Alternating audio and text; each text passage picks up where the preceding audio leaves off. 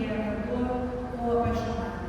O amor se apega, não sofre a falta, mas flui sempre, porque vive no íntimo do ser e não das gratificações que o outro lhe oferece. O amor deve ser sempre o ponto de partida de todas as aspirações, é a etapa final de todos os anelos humanos. O clímax do amor se encontra naquele sentimento que Jesus ofereceu à humanidade e prossegue doando-se na sua condição de amante não amado. Então a gente deixa aí essa reflexão para a gente pensar nesse sentimento. E nós temos aí no Deus, para algumas pessoas eu até já apresentei, e gostaria aqui agora, em pequenas palavras, dizer quem é ele. Então, Adeilson Salles é natural de Guarujá, São Paulo. Ele é escritor, palestrante e psicanalista. Até o momento tem 100 livros publicados para crianças, jovens e adultos. Alguns dos seus livros infantis foram traduzidos para a língua inglesa. O êxito do seu trabalho se reflete na participação das grandes bienais e feiras do livro do Brasil. É requisitado para palestras no Brasil e no exterior, falando em escolas, universidades e centros espíritas. Então é isso aí, um pouco que ele quis passar do trabalho que ele executa. Então, Deus, palavras suas, seja bem-vindo, tá?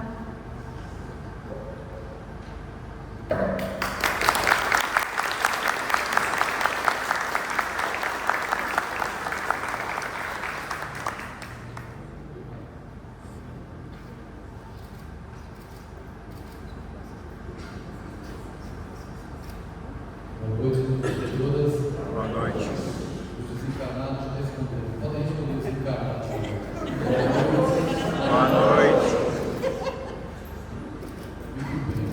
É uma alegria poder estar aqui nessa casa pela primeira vez, assim como nessa cidade. Eu nunca vim ao Uberaba. Eu venho todo ano em Uberlândia, porque o povo lá é caridoso e me convida todo ano para falar do céu, né? Não aquele céu lá, aquele lá de conversa. E Uberaba é a primeira vez. Eu fui convidado em muitas ocasiões para estar na nossa cidade, quando Chico Xavier estava encarnado. Eu não faltava vontade, mas eu não queria vir, porque eu entendia que eu não deveria me engrossar a vida de uma necessidade que eu não tinha. Eu não queria ser mais uma pedra para ele carregar. Por isso que eu nunca vim aqui. Mas hoje, em função do trabalho que me trouxe, estou muito feliz pela oportunidade. A gente vai falar rapidamente nesses minutos sobre um assunto que toca muito de perto a vida de cada um de nós e é a razão dos maiores adoecimentos da criatura humana nos dias de hoje, seja como criança, seja como adolescente, seja como adulto. Trabalhando como psicanalista, eu atendo muitas pessoas e me deparo com a realidade das dores emocionais, dos conflitos que as pessoas experimentam, dos traumas. Antes de iniciar essa caminhada, eu gostaria de dizer aos senhores e senhoras que eu estou olhando aqui para um grupo de crianças que estão entupidas de lágrimas. Crianças que estão entupidas de lágrimas. Todos e todas. E você vai dizer assim, esse cara deve tomar muito sol, a careca de Santos. Está variando, né? Estou variando, não. Vou provar para vocês que eu estou lidando com crianças entupidas de lágrimas. Tá bom? Se quando eu fizer pergunta, se vocês responderem logo, acaba logo. Combinado? Existe uma questão civilizatória. Civilizatória é uma questão de toda a humanidade, que é a falta de respeito com o aspecto emocional da criança, com o ser emocional que a criança é. Existe uma falta de respeito com a criança. Existe uma falta de respeito com o adolescente. Como todos aqui já fomos crianças e adolescentes, todos nós já fomos respeitados. Porque o sofrimento emocional da criança, ele não é respeitado. Por exemplo, por que a gente pode gritar com as crianças e elas não podem gritar com a gente? Alguém aqui sabe me responder? Por que a gente bate nas crianças e elas não podem bater na gente? No período das trevas, pelo qual a humanidade passou, do século IV até o século XV, se você voltar para a sua casa hoje, no final desse nosso encontro, entra lá na internet, vai lá no Google e pede para ver a imagem das crianças entre o século IV e o século XV. Você não vai ver nenhuma foto, porque naquela época não tinha celular nem selfie. Mas você vai observar que as famílias são retratadas pelos grandes pintores e tem algo interessante. Se você prestar atenção na foto, na pintura, você vai perceber que as crianças estavam vestidas exatamente iguais aos adultos. Por que as crianças e os adolescentes se vestiam iguais aos adultos? Porque era fashion? Não, não era fashion. Era porque acreditava-se que as crianças eram mini adultos.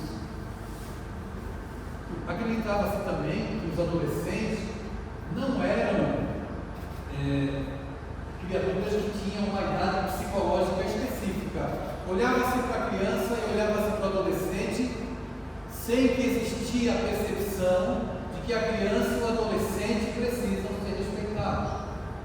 Você pode perguntar assim: você não veio falar de família? Estou falando de família, daqui a pouco eu vou chegar em vocês, em nós, na nossa realidade, nas nossas dores emocionais. Então, não se tinha essa percepção. E ainda hoje, infelizmente, as pessoas acreditam que a criança e o adolescente não experimentem o sofrimento que é dela dentro da capacidade cognitiva dela. Por exemplo, você já viu aqui em Uberaba alguma criança assim, de 4, 5 anos de idade, acordar pela manhã e virar para o pai e para a mãe e dizer assim: nossa, hoje eu estou tão preocupada. Já viram uma criança dizer isso? Não viram e não vão ver. Sabe por quê? Ela não sabe que está dando aos sentimentos que ela tem, as emoções. A criança não sabe dizer o que é melancolia, mas não significa que ela não sinta. A criança não sabe dizer o que é amargura, mas não significa que ela não sinta. O adolescente muitas vezes também não sabe nomear os sentimentos que ele tem. E nós, que fomos experimentando na nossa infância, na nossa adolescência, as nossas dores emocionais, e não fomos respeitados pelos nossos pais, porque os nossos pais não nos respeitaram, e eu não estou aqui para acusar os seus pais, tá certo? Não é essa a proposta. Eu estou propondo uma reflexão. Nós repetimos esses mesmos modelos com os nossos filhos. Olha que interessante. A gente diz e reclama de uma postura que os nossos pais tiveram conosco e nós fazemos a mesma coisa com os nossos filhos.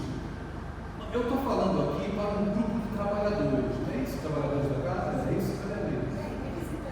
Tem visitante também, né? Você viu as armas no dia da visita, então.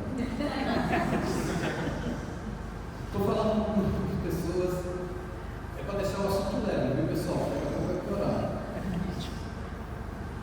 Um grupo de pessoas, trabalhadores e o visitante, ninguém faz nada bem na vida se não estiver emocionalmente ou minimamente equilibrado.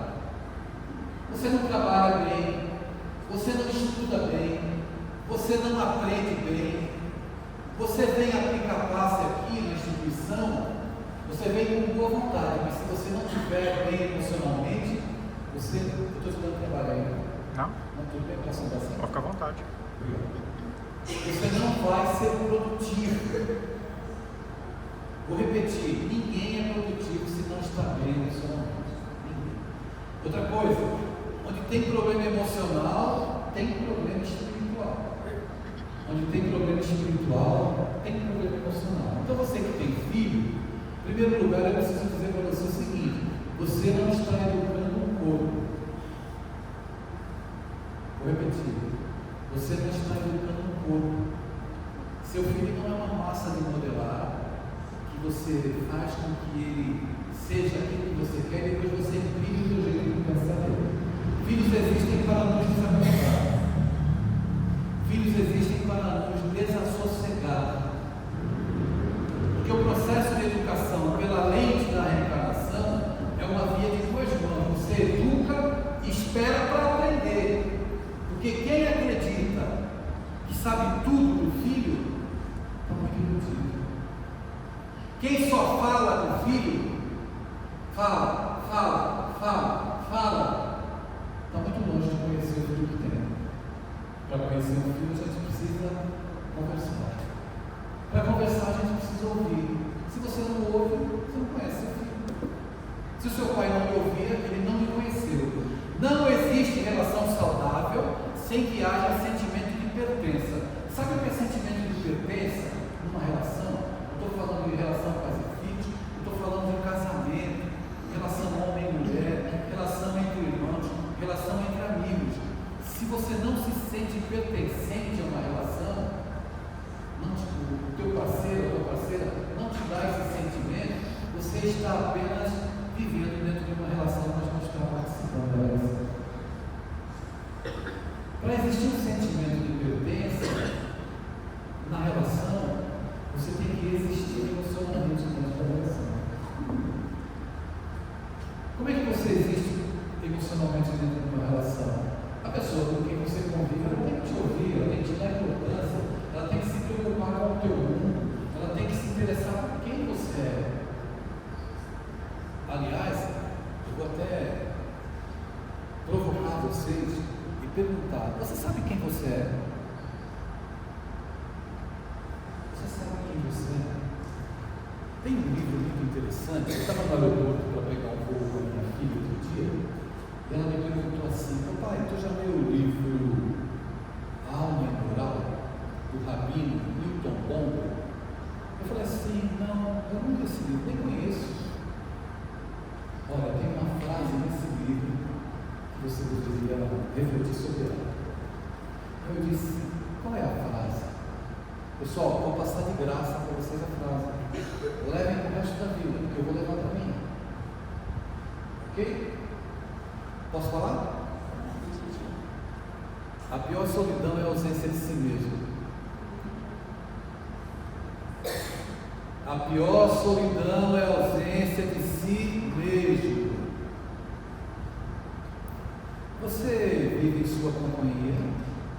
Ou você está andando pelo mundo para atender aquilo que o mundo exige que você seja? Quem é você? Quem é você? Eu estava em Feira de Santana, aí, fazer palestra na Semana Espírita de Feira de Santana, falando para adultos e falando para jovens.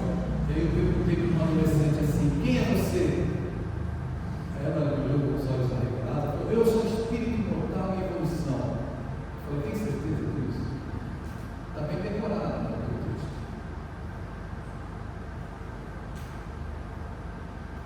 Quem é você? Vamos aprofundar mais.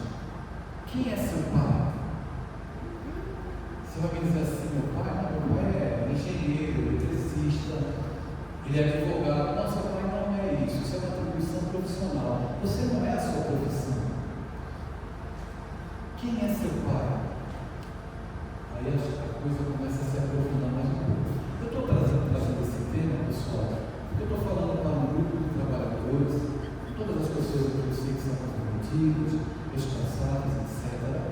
Mas existem algumas coisas na nossa vida que a gente acaba carregando no nosso coração, geram uma angústia que a gente não consegue lidar e não consegue entender muitas vezes. Então, a nossa proposta nesses minutos que a gente tem aqui, para quem desejar, evidentemente, né, é promover uma pequena catarse na sua visão sobre si mesmo, na sua visão sobre a sua família.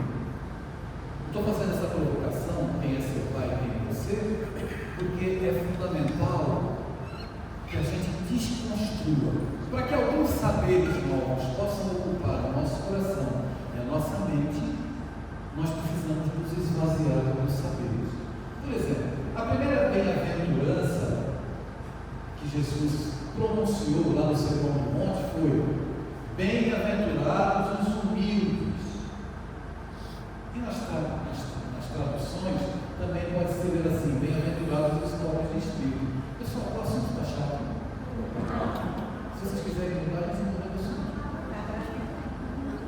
Pode seguir? Essa primeira bem-aventurança, ela foi colocada maneira didática e pedagógica. Bem-aventurados os humildes. O que é ser humilde? É andar com uma roupa velha? Andar com chinelo usado? O grande escritor e pensador espírita que eu tive a oportunidade de 2 anos, que ele me ensinou muita coisa, eu tenho uma saudade danada dele, chama-se Richard Simonetti.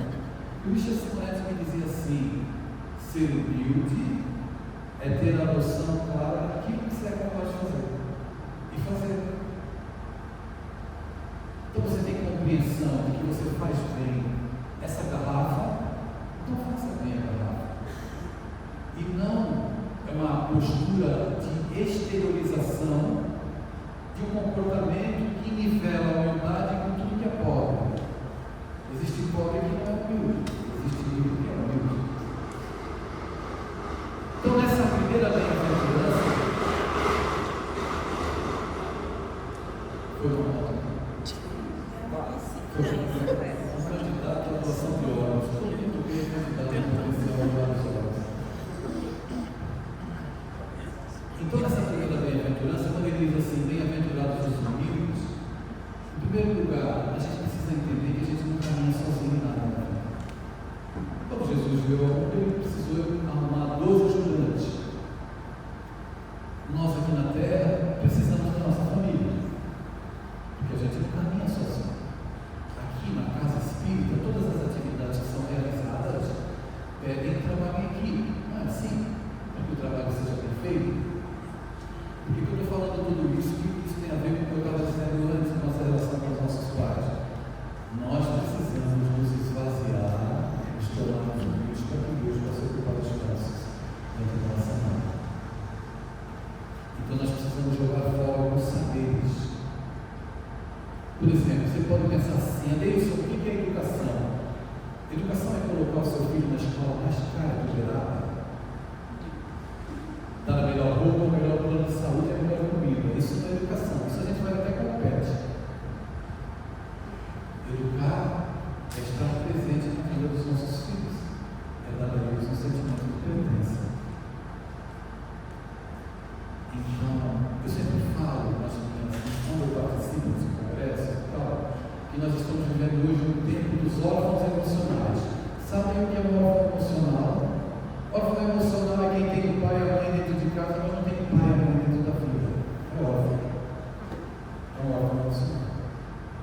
Por isso que é necessário que a gente, nessa nossa conversa, nós tenhamos a honestidade de jogar fora os nossos conceitos, porque nós não somos donos da verdade. E eu não vim aqui trazer receita de felicidade, eu vim propor uma reflexão. Se você concordar comigo, que bom, reflita sobre o que a gente está dizendo. Se você não concordar, também não tem problema. O Espiritismo não veio nos ensinar o que pensar, veio nos ensinar a pensar, mas não o que pensar. O que pensar é decisão nossa. Diante dessa perspectiva de que a gente precisa se esvaziar, os nossos conceitos de educação precisam se transformar. A educação não é apenas um viés intelectual, do intelecto, do conhecimento. A educação, antes de tudo, é trazer para os nossos filhos e para nós, que talvez nós não tenhamos experimentado na relação com os nossos pais, valores que deem sentido à vida. Valores éticos morais, para que seu filho amanhã não me procure para atendê-lo, e quando eu começo a atender, ele diz assim: eu não sei nem qual é o sentido da vida, que é o que a maioria dos adolescentes me dizem hoje, não sabem qual é o sentido da vida. Então é evidente que nós estamos propondo um modelo de sociedade totalmente equivocado, sem princípios, não é? A única influência que vale a pena seguir é Jesus. É a única influência. O resto é influência de coisa nenhuma. Por isso que as pessoas hoje estão ausentes de si mesmas. Imagine então um adolescente que é vulnerável, que está na evolução psíquica, com a sociedade erotizada e o sexo banalizado, com um aparelho de celular para acessar qualquer conteúdo pornográfico. Qualquer criança pode acessar conteúdo pornográfico hoje em dia. E os pais acham que não. E é evidente que nesse mundo que nos propõe uma vivência angustiosa, nós temos que colocar os nossos pés no chão e voltar para aqueles valores que são valores muito legais, que é realmente pensar na nossa família. Mas é claro, se você não sabe nem para onde você está indo, fica difícil assim, né? Você sabe para onde você está indo? Para onde você está caminhando? Você sabe? Vocês já ouviram falar daquele livro Alice no País das Maravilhas? Ouviram?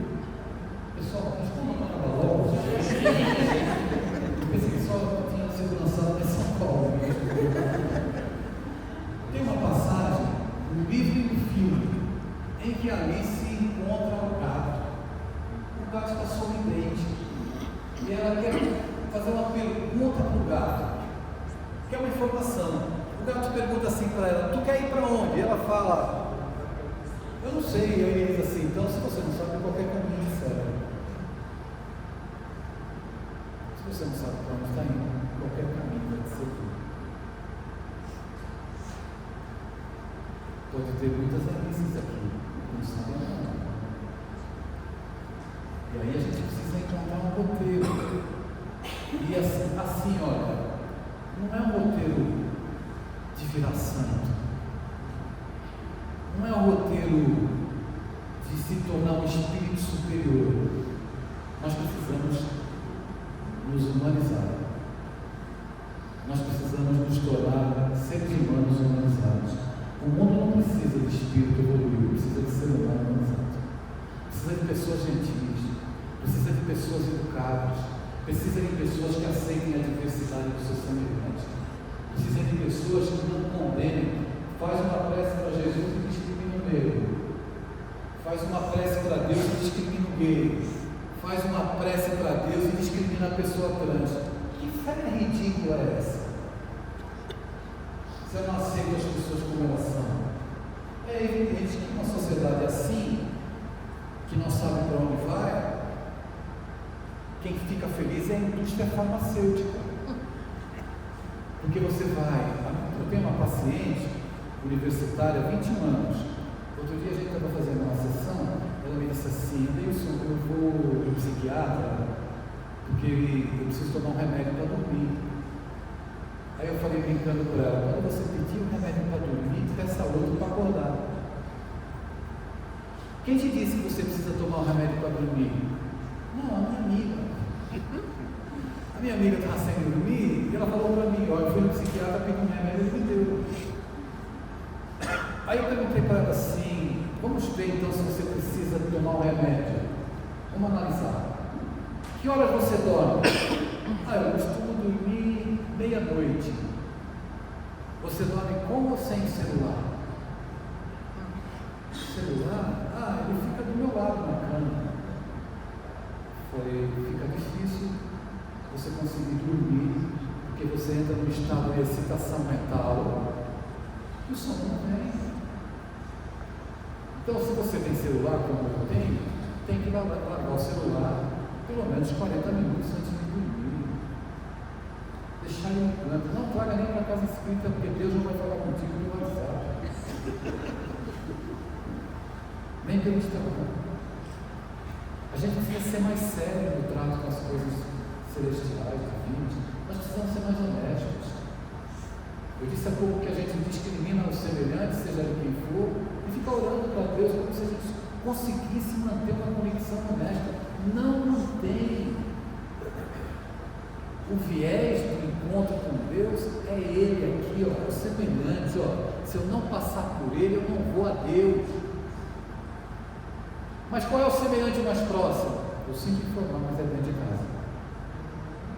Aí você observa a tecnologia hoje. Olha, sensacional o celular.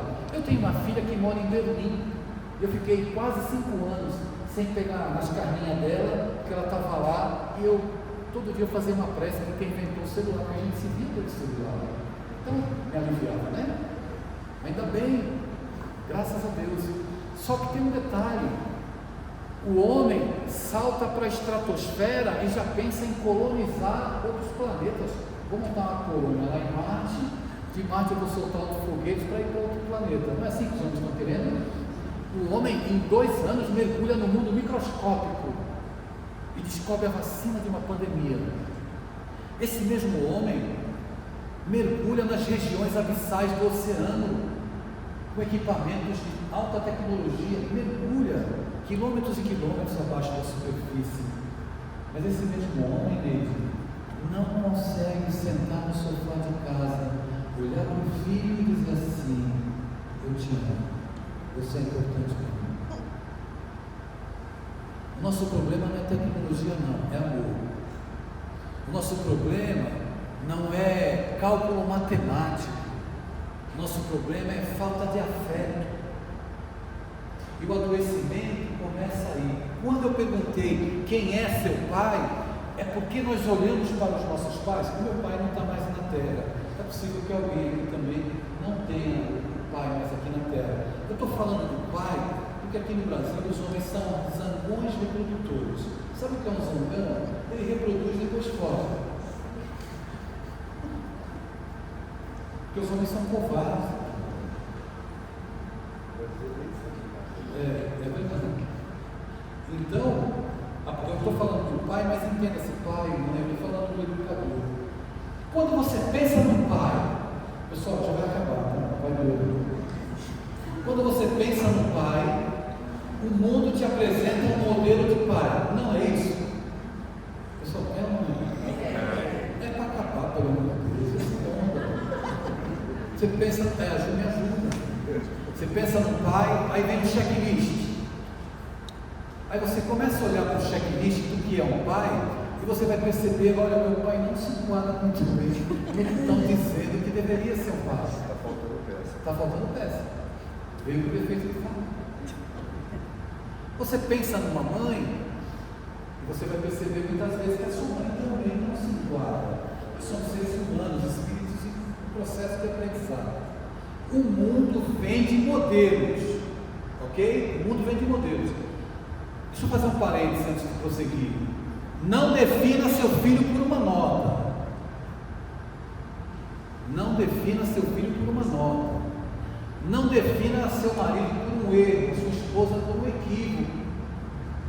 Nós somos cruéis. Não é bom de matemática, é burro. Pode sofrer de descalculia. Tem dificuldade de olhar para os algoritmos. Tem dificuldade de pronunciar algumas sílabas, não escreve muito bem, é outro burro. Pode ser disléxico.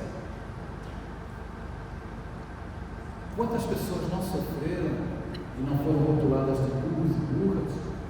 Na minha época, na infância, eu levava cascudo na cabeça quando eu não conseguia fazer os exercícios. Método pedagógico de Moisés, né? Não sabe é burro. Quando você faz isso no seu filho, você está ensinando ele a não gostar dele mesmo. Ele vai ser um adulto infeliz e inseguro, porque você ensinou ele a não gostar dele mesmo. Quando você compara seu filho com o filho dos outros, você está destruindo a estrutura emocional do seu filho. Se você fez isso até hoje, não faça mais. Não se preocupe, eu não vim aqui para culpar ninguém. Estou trazendo uma proposta reflexiva. Daí a necessidade da gente ter um entendimento de que a gente não pode definir as pessoas. Olha, o garoto tem 10 disciplinas na escola, chega no final do bimestre, ele traz o boletim, 9 notas altas e uma baixa. Qual a nota que os pais vão prestar atenção? Não ouviu? Oh, que tudo. Olha o atavismo de olhar sempre para o lado ruim das pessoas, até o lado ruim dos nossos filhos. Então vamos voltar lá nos nossos pais. Eu fiquei perguntando aqui, fazendo uma provocação. Fica à vontade, meu querido. Eu fiquei provocando vocês, perguntando quem é seu pai. E fiz essa colocação porque o mundo é um mundo de modelos. Então a gente usa modelos para comparar aquilo que a gente entende que é o bom. Ok? Eu quero te fazer uma proposta. Vamos tentar, eu e você, olhar agora. Eu vou mudar a pergunta. Quem é o ser humano que está atrás do papel de seu pai? Você já parou para pensar nisso? Quem é o ser humano que está atrás do papel do seu pai? Qual é a história do seu pai? Você conhece a história do seu pai? Ou você só conhece a história do modelo? A nossa irmã deu a mensagem aqui, uma mensagem belíssima. Essa mensagem, a gente tinha que ficar dissecando ela aqui. Mas eu peguei o trecho para adequar a minha fala, porque nessa mensagem a mentora fala a respeito das barganhas que nós fazemos pela troca de afeto. A gente troca. A gente não ama por amar, a gente troca. Então, quando você pensa num pai, numa mãe, a gente olha para os modelos e exige que aqueles modelos correspondam ao que o mundo diz que eles têm que ser.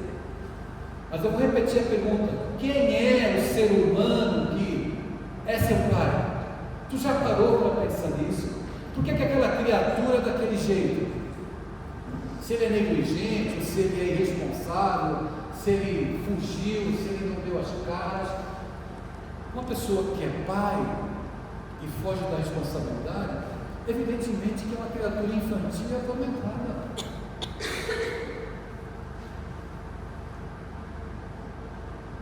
Então eu estou te propondo que você olhe para o seu pai, não para cobrar o modelo de pai, mas para entender aquele ser humano, para tirar um pouco da angústia que porventura exista no teu coração, porque está cheio de criança entupida de lágrima aqui. Não pode chorar, engole o choro. Homem não chora. Isso é adoecimento emocional, minha gente. Isso compromete as nossas relações com os nossos pais, as nossas relações amorosas.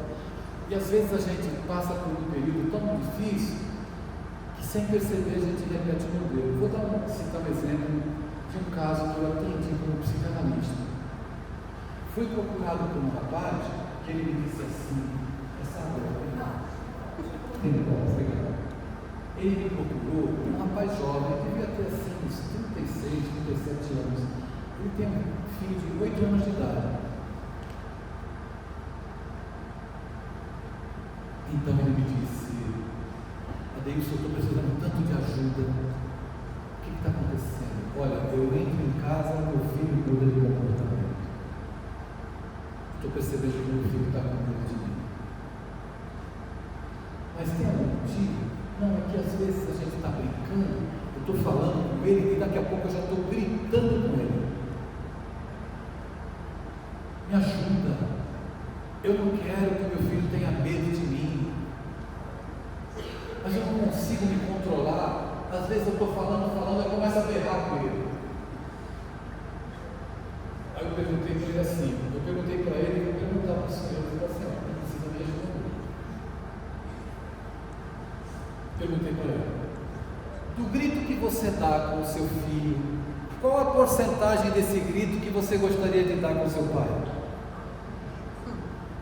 Vou repetir: do grito que você dá com o seu filho, qual a porcentagem que você gostaria de dar com o seu pai? Aí eu falei para ele assim: me fala da sua relação com o seu pai. Aí ele começou a falar. Uma relação que não tinha autoridade, só tinha autoritarismo. Autoridade é diferente da autoridade. A autoridade se impõe pelo amor. Autoritarismo agride emocionalmente, compara, adjetiva, xinga, grita. Pessoal, se você se identificou, se algum homem se identificou, não se aborreça. Quando eu faço palestras, eu saio, as pessoas dizem assim para mim: eu que tinha que ter escutado isso há 20 anos atrás. Eu digo assim para as pessoas: há 20 anos atrás eu estava errando para 20 anos hoje. A minha fala, ela é fruto dos meus aprendizados. Eu viajo o Brasil inteiro, alertando os pais: pare de falar com seu filho. Fale mais, comece a conversar. Converse com o silêncio que eles fazem, porque Porque eles falam pelo silêncio também. Eles falam, eles revelam as angústias. Quantos garotos entram no processo da automutilação? Conflitos na área da sexualidade. Se eu falar para os meus pais que eu tenho uma orientação afetiva diferente daquilo que eles acham que a minha constituição orgânica deve ter, eu não sei o que vai acontecer na minha vida, então eu prefiro me matar. Aí eu me mato.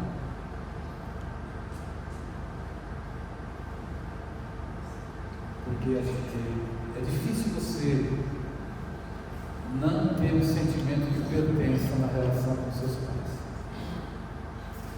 Pessoal, eu estou sendo claro. Sim. Se a dirigente aqui, vamos carro, se a dirigente não for amorosa, não der a você um sentimento de pertencimento, você não vai ficar nessa casa. Você vai embora. Se ela tratar você com autoritarismo, com rigor excessivo, não olhar para você, eu olho para ele e vejo aqui um corpo físico, mas ele não é esse corpo, ele é um espírito imortal que habita esse corpo. Você não educa corpos, você educa espíritos imortais. Isso já deveria mudar o patamar do nosso entendimento do que é educação.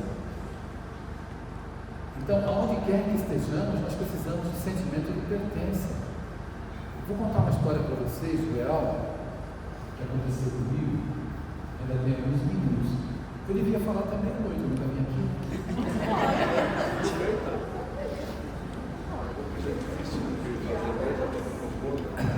Ninguém merece esse castigo. Eu só podia ter ido no congresso, eu vou falar lá no congresso. E outras pessoas, a gente tem que apoiar a nossa companheira ali que está ralando, chorando lágrimas de sangue para realizar um congresso. Mas as pessoas no movimento espírita acham que o congresso a gente faz fluídico. A luz é fluídica, o aluguel do salão é fluídico, tudo é fluídico. Então, quando se fala em dinheiro, as pessoas falam, mas vai cobrar para quê? Bater o negócio infeliz. Porque as coisas não se materializam não. Essa terra aqui, olha, eu fui lá hoje na casa do Chico, fui lá no memorial. O Chico Xavier e o Espiritismo mudaram a minha vida. Eu não era espírita, me tornei espírita com 32 anos, não pensava em escrever nenhuma frase, quanto mais 100 livros. A culpa é dele que eu estou aqui. Então eu cheguei lá, fiquei impactado, emocionado. Olha, quem não me conhece, eu já escrevi Paulo Estevam para jovens, já escrevi Nosso Lar para crianças, já escrevi Nosso Lar para adolescentes, em versos. Tem um monte de livros, mas se você quiser conhecer mais do meu trabalho, pode me seguir lá no Instagram. Seguir não, que espírita não sabe. Pode me assediar lá no Instagram.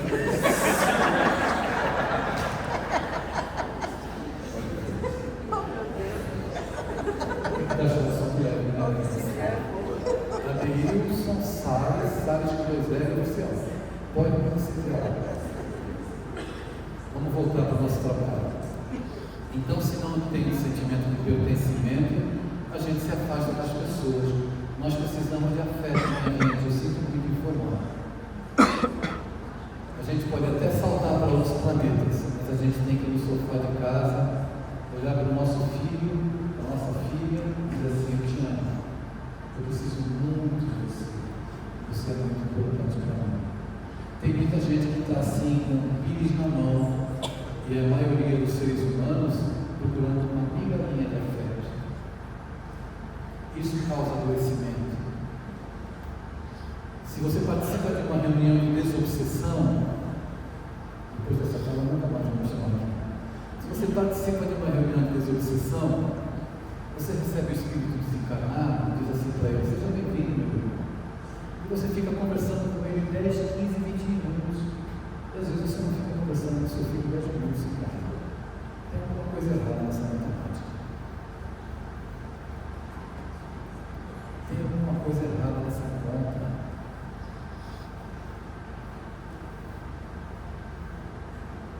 A gente precisa pensar. O amor que a gente dá para o desencarnado, a gente tem que dar em casa para o filho, para a mãe, para o pai, para o filho. A história que eu vou contar aconteceu numa escola em Brasília. Já contei essa história muitas vezes, eu contei no congresso no céu, em Bermuda. Eu fui fazer palestra numa escola para um grupo de adolescentes. Antes de terminar a minha fala, uma garota se levantou lá no fundo e saiu chorando. Eu tinha que terminar, né, a minha fala. Quando eu terminei, a diretora se aproximou de mim, sabe, e disse assim: Adeilson, você pode conversar? Tem uma menina lá na sala dos professores, ela não para de chorar. Você pode ir lá falar com ela? Claro que vou. Cheguei lá e encontro uma menina de 15 anos, franzininha, chorava assim, soluçar como uma criança. Eu perguntei para ela assim: meu bem, por que você está chorando tanto desse jeito? Na minha fala, evidentemente que eu toquei conflitos relacionados pais e filhos. Por que você está chorando assim? Ah, é meu pai. Mas o que tem com seu pai? O meu pai, ele nunca está sóbrio para ouvir eu dizer: eu te amo, pai. Meu pai nunca está sóbrio para ouvir eu dizer para ele: eu te amo. E aí eu perguntei para ela assim, quando ela falou isso, o pai estava me dando uma porrada assim por dentro, né? Eu tinha que ajudar. Eu falei para ela: mas seu pai bebe desde quando? Desde que eu me entendo por gente, ele bebe. E você acha que você vai mudar seu pai? Vamos trazer agora uma pergunta para esse salão. Você acha que você vai mudar aquela pessoa que você ama tanto, que está embriagada pela indiferença? Agora eu estou falando de álcool, estou falando de embriaguez, mas não necessariamente de álcool. Embriagada pela indiferença, embriagada pela rejeição. Tem tanta gente assim nas nossas famílias. Você acha que você vai mudar? Fazer seu pai parar de beber? Não. Não vai mudar seu pai? Não. Você vai mudar aquele parente difícil seu? Também não. Então, vou propor para você o que eu propus para a menina. Já que você não vai mudar seu pai, o que você acha de mudar o jeito de olhar para o seu pai? Como mudar o jeito de olhar para o pai? Mudar o jeito de olhar. Quando você chega em casa, se o seu pai estiver na cama, embriagado, dormindo, vai lá do lado da cama e diz assim: papai, eu te amo. Mas ele não vai ouvir que ele está bêbado. Não importa que ele esteja bêbado. Você não tem amor? Dá amor. Nós queremos esperar as condições meteorológicas favoráveis para amar. Hoje está calor, eu não vou amar. Hoje está frio, eu não vou amar. Nós queremos que a pessoa se adeque naquilo que a gente quer amar. Você não ama as pessoas com quem você convive. Você ama o que você projeta nelas. Eu quero que vocês voltem para casa perturbados hoje. No bom sentido. Olha, nós projetamos as pessoas. A gente conhece alguém, arruma uma namorada. No começo é aquela coisa, né? Depois a gente quer dar um jeitinho de colonizar a pessoa. Não é assim? A gente quer invadir a pessoa para: olha, faça assim, desse jeitinho. Não fala muito com aquela mulher, não, porque ela não é boa para você. Se afasta.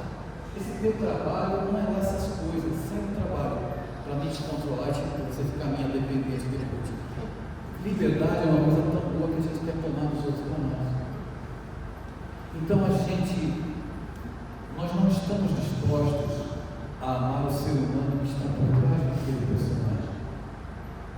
Nós estamos querendo projetar para que a pessoa seja o que eu quero, porque eu quero amar a minha projeção. Eu não quero amar o ser humano. Então, quem é o seu pai? Quem é você? É bom a gente se perguntar. Tirar algumas angústias, vomitar essas angústias, para que o nosso coração fique mais leve, nós possamos viver com um pouco mais de qualidade aqui na terra. Porque nós viemos aqui para viver com qualidade. Sabe por quê? Porque você é o maior investimento de Deus na terra. Se nunca te disseram isso, estou te informando, você é o maior investimento de Deus na terra. Daqui a pouquinho, à meia-noite, não sei se você sabe, dá uma conferida à meia-noite 1. Depositaram na tua conta bancária mais 86.400 segundos para tu gastar. Meia-noite 1, pode olhar a tua conta, 86.400 segundos, mais 24 horas. Você vai fazer o quê? Vai continuar usando bengala, muleta psicológica? Vai continuar terceirizando a tua dor? Eu não sou feliz por causa do meu pai. Eu não sou feliz por causa da minha mulher. Eu não sou feliz por causa do meu irmão. E a gente vai terceirizando, porque sempre a gente é infeliz porque alguém nos fez alguma coisa. E a nossa maturidade espiritual e emocional passa pela seguinte pergunta. A nossa maturidade espiritual e emocional passa pela seguinte pergunta: qual a parte que me cabe nas lágrimas que eu choro? Qual a parte que me cabe nas lágrimas que eu choro? O que eu fiz para que isso aconteça comigo? Quais foram as escolhas? O que eu elegi para a minha vida? Pessoal, a gente está se encaminhando no final do nosso encontro. Agora eu vou falar dos 90 dos 100 livros, está certo? É brincadeira.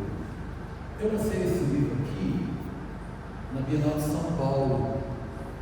Esse livro é fruto das minhas experiências com adolescentes, com pais, com professores, com crianças. Aqui tem casos verídicos que eu vivi como psicanalista, como educador das minhas palestras nas escolas. Mas aqui eu também falo do sofrimento emocional da criança, do sofrimento emocional do adolescente, do sofrimento emocional dos pais, porque os pais, coitados, estão precisando de ajuda, e do sofrimento emocional dos professores. Esse livro se chama Construtores de Asas, porque os pais e os professores constroem asas. Asa da sabedoria, asas da ética moral. Ok? A gente vai estar lá no congresso, mas se você quiser conhecer, esse aqui é o inimigo íntimo. Lembram da frase que eu disse? A pior solidão é a ausência de si mesmo? Eu não sou rabino nem nada, mas eu escrevi uma frase parecida aqui nesse meu livro. A frase é a seguinte: o cúmulo da rebeldia é você morar sozinho e querer fugir de casa.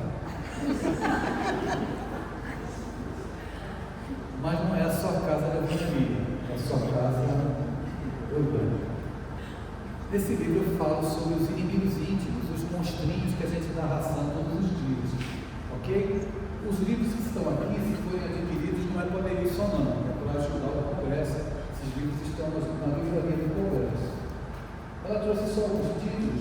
Eu não tenho aqui para mostrar para vocês um dos meus maiores orgulhos, se vocês me permitem, que é o Evangelho segundo o Espiritismo para crianças.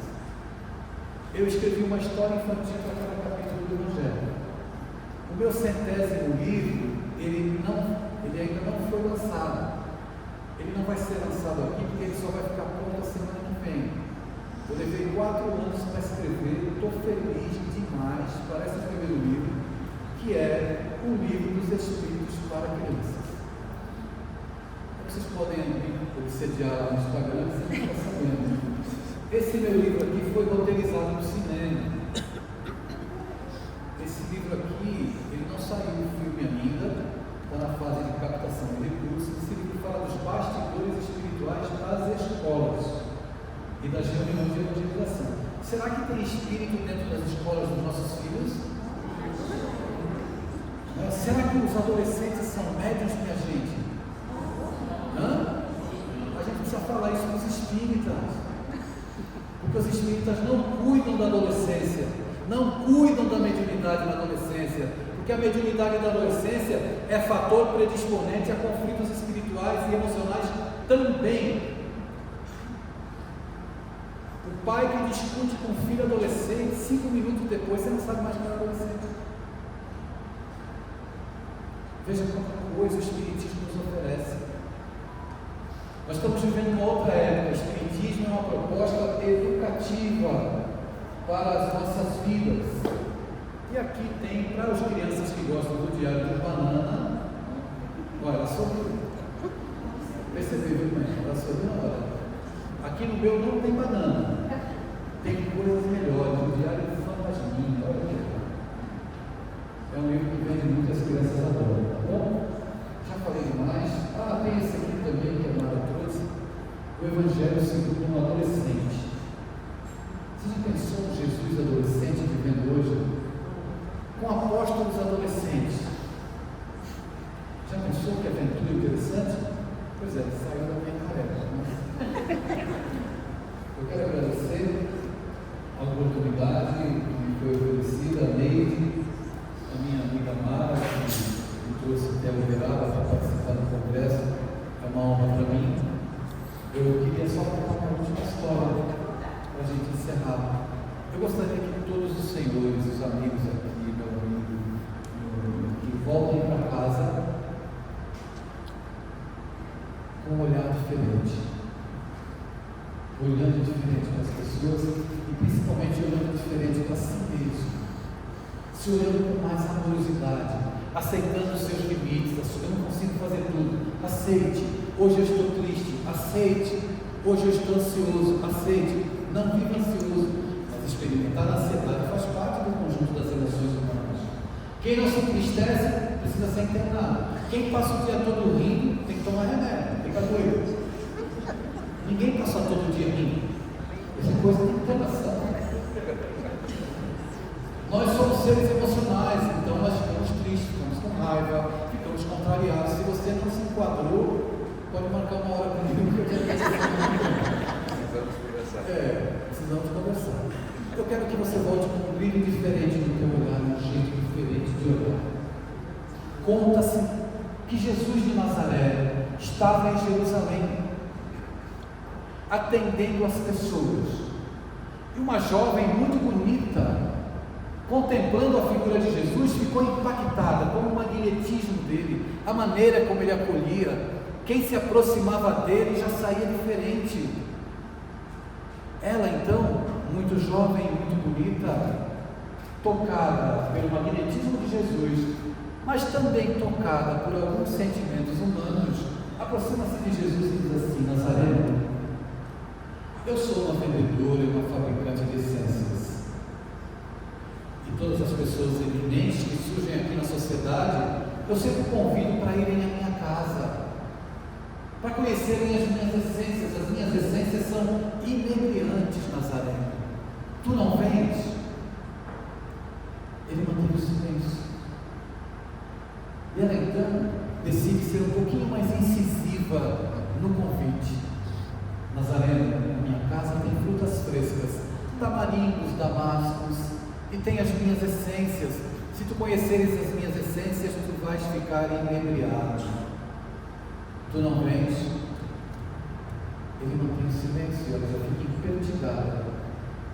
Então ela ajeita as dobras da túnica, coloca na voz uma entonação um pouco mais erotizada e diz assim: Nazareno, os meus lençóis são os mais macios, os meus braços são os mais sedosos. Nazareno, eu percebo um brilho diferente no teu olhar. Eu procedo assim por amar-te. Eu vejo, Nazareno, que tu tens um brilho diferente no olhar, e eu procedo assim por te amar. Tu não vens? Num suave aramaico, ele quebra o silêncio e diz assim: quem sabe um dia? Ela então, impertiga-se de vez, raivosa, sai blasfemando. 2 anos depois, Jesus levantava paralíticos junto ao poço de Betesda. 2 anos depois.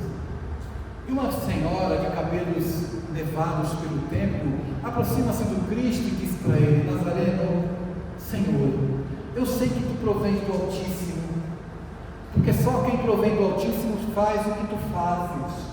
E eu venho rogar a tua misericórdia por criatura que se encontra com a pele em pústulas feridentas, a lepra lhe consome o corpo.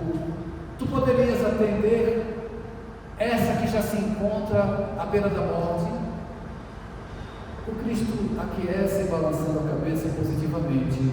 A idosa sai na frente e Jesus sai atrás.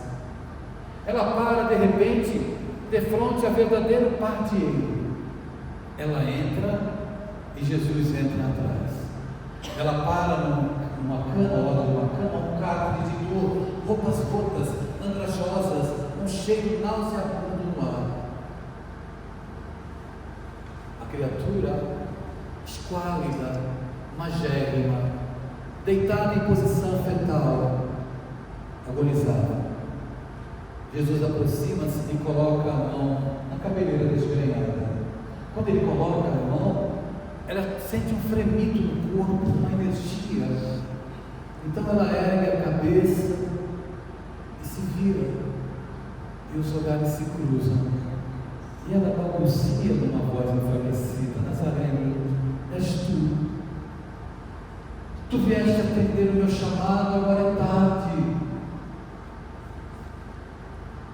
Ele olha para ela e diz: eu vim atender o teu chamado. E eu percebo um brilho diferente no teu olhar. Eu percebo assim por amor. Eu desejo que os senhores e as senhoras voltem para casa. Um brilho diferente no olhar. E que prosseguam nas suas escolhas, nas suas vidas, nas suas relações. Por amor. Muito obrigado.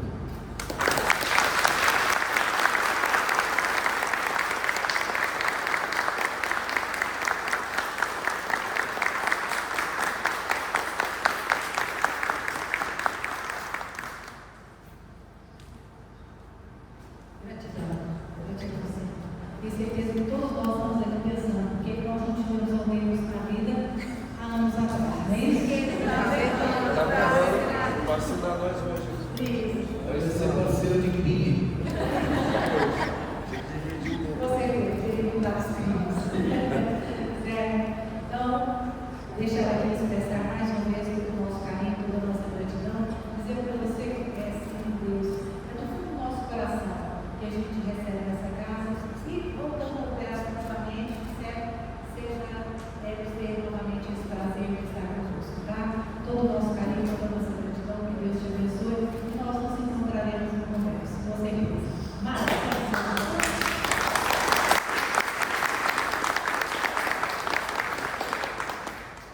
então, amado, nosso agradecimento também, mais uma vez. Venha falar no congresso, gente.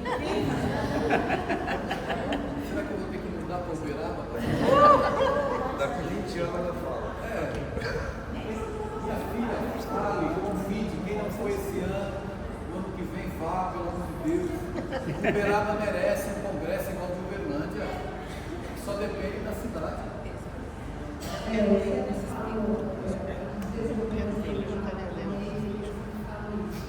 O céu, ano passado eu brinquei, eu falei assim, o Bernardo já está no 7º céu, a gente chegou na primeira ainda, né?